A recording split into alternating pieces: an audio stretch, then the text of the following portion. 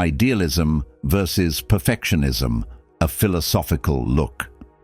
Dear viewer, let's dive into the grand, glorious, and occasionally gruesome tango of idealism versus perfectionism in a philosophical fandango, followed by a few fancy footloose dance moves. Ideals. Those glittering lighthouses in the foggy soup of human existence, beckoning us toward shores of meaning, purpose, and, if we're lucky, better coffee. Ideals are the North Star of our moral compasses, the blueprints for our better selves, the why behind our midnight musings and 3 a.m. existential dread. Like a cosmic GPS for the soul, ideals whisper, this way to becoming slightly less of a disaster. But then there's perfectionism, which is the overzealous ballerina who insists on pirouetting flawlessly even when the music has stopped and everyone else has gone home. Perfectionism is the voice that hisses, almost isn't good enough, while the crowd cheers you on to be flawless. Perfectionism is what happens when ideals get drunk on power and start issuing unreasonable demands, like a tyrannical gym teacher who won't let you leave until you've done one more push-up and then another and another. So, what happens when these two forces of idealism and perfectionism confront one another in the context of human ambition? When does the noble pursuit of the sublime become a Sisyphean slog up a mountain of self-reproach? And why do philosophers care so much about this stuff anyway? Get into a good headspace, dear viewer, as we pirouette through philosophy, psychology, and a generous sprinkling of playful prose to find the answers. Warning: this video may contain traces of pretentious vocabulary, meandering metaphors, and intentional alliteration. Part 1. The splendiferous, sometimes silly, benefits of having ideals. Ideals give life direction, instead of wandering aimlessly like a stoned college student. Without ideals, we're like bumper cars with no steering wheels. We're directionless, chaotic, and likely to give someone, probably ourselves, a headache. Ideals act as existential GPS systems, guiding us toward what we deem meaningful. They're the difference between building a grand cathedral and randomly stacking rocks because it seemed like a good idea at the time. Plato's take. The ancient Greek guru of grand ideas believed in the world of forms, where perfect justice, beauty, and truth hang out like celestial VIPs in an exclusive metaphysical nightclub. Our earthly struggles, just shadow puppet versions of the real-deal ideal. Striving for these ideals, he argued, elevates our messy human reality from meh to slightly less meh. Kant's kick. For Immanuel Kant, ideals weren't just nice-to-haves. They were moral musts. His categorical imperative, a fancy term for don't be a jerk unless you want everyone to be jerks, framed ideals as rational duties. Want a just world, act justly. This ideal is like the philosophical version of Mahatma Gandhi's "Be the change you wish to see in the world," but with more powdered wigs and stern German frowns. Ideals fuel grit and gumption, or how not to become a couch potato in despair. Ideals are the psychological equivalent of espresso shots for the psyche. They keep us going when life serves us a platter of lukewarm disappointment. It's like an epic comeback from when your dreams of being a rock star collide with the reality of your cackling, crackling karaoke cacophony. Nietzsche's Nitro Boost, Old Freddie N, was all about self-overcoming. His ideal was the Übermensch, a masterful being who creates their own values like a cosmic comic art project. No divine rulebook, just relentless, stylish striving. Basically, he wanted us all to be the Beyoncés of existentialism. Viktor Frankl's lifeline. The Holocaust survivor and psychiatrist argued that even in suffering, meaningful ideals, like love, purpose, or unfinished business, can keep the human spirit afloat. His book, Man's Search for Meaning, should be required reading for anyone who's ever whined about the Wi-Fi being slow or the printer not working. Ideals make society suck less, or Why We Need Fewer Trolls and More Troll Slayers. Ideals glue civilizations together. Without them, we'd be a bunch of grunting, self-interested raccoons fighting over the last trash can burrito. John Locke's Liberty Love, his ideal of natural rights, life, liberty, property, underpinned modern democracy. Thanks, John. We'll try not to screw it up, but no promises. Martin Luther King Jr.'s dreamy vision, his I Have a Dream speech, wasn't just poetry. It was a moral ideal pulling America toward justice like a tractor beam of righteousness. Ideals, when shared, can move minuscule molehills as well as mighty mountains. Just a thought.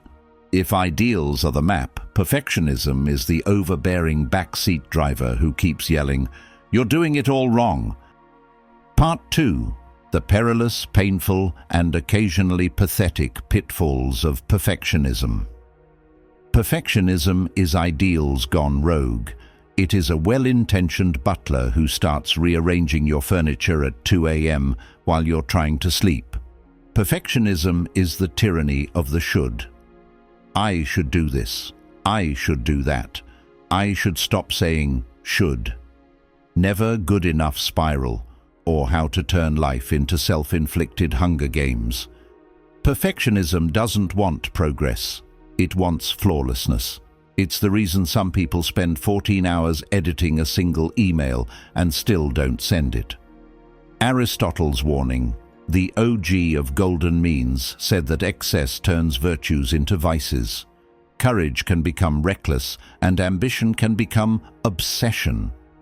Perfectionism is what happens when doing your best mutates into your best is never good enough. Buddhist wisdom. Attachment to perfection equals suffering.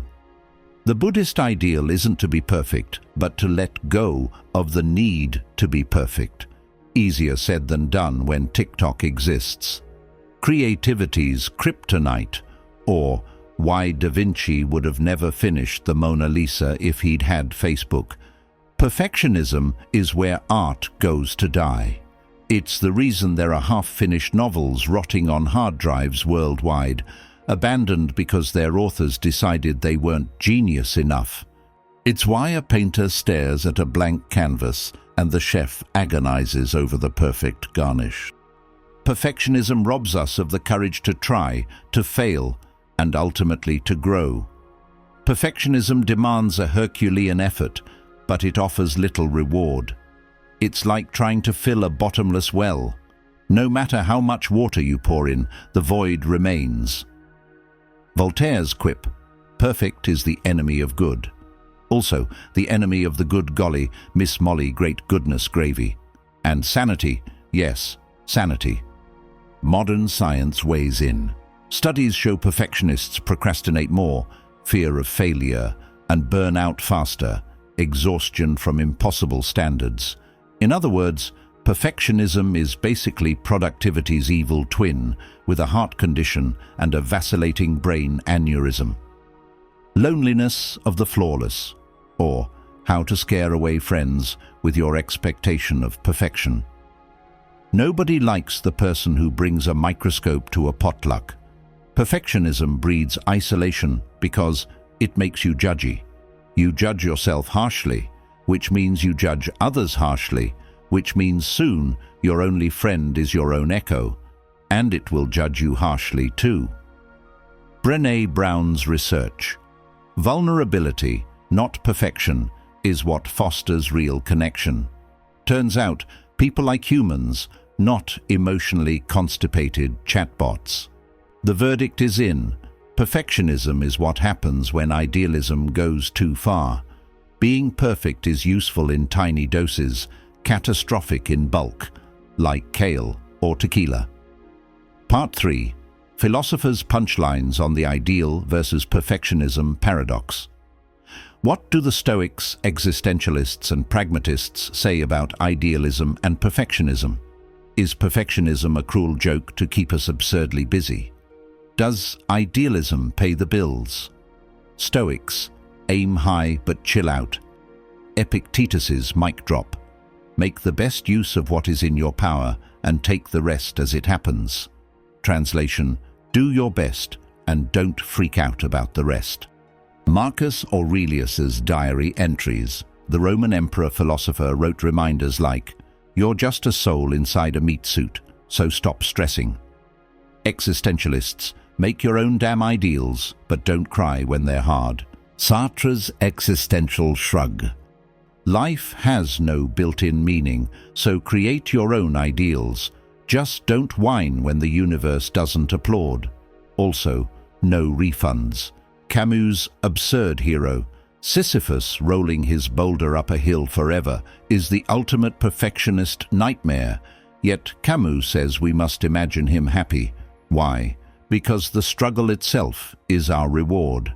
Pragmatists, ideals are tools, not torture devices.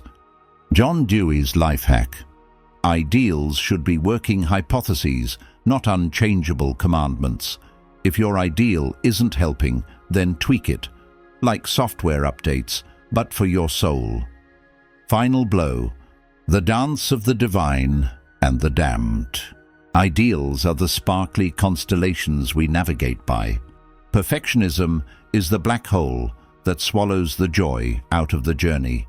The wisest philosophers agree that ideals are the jet fuel of human greatness.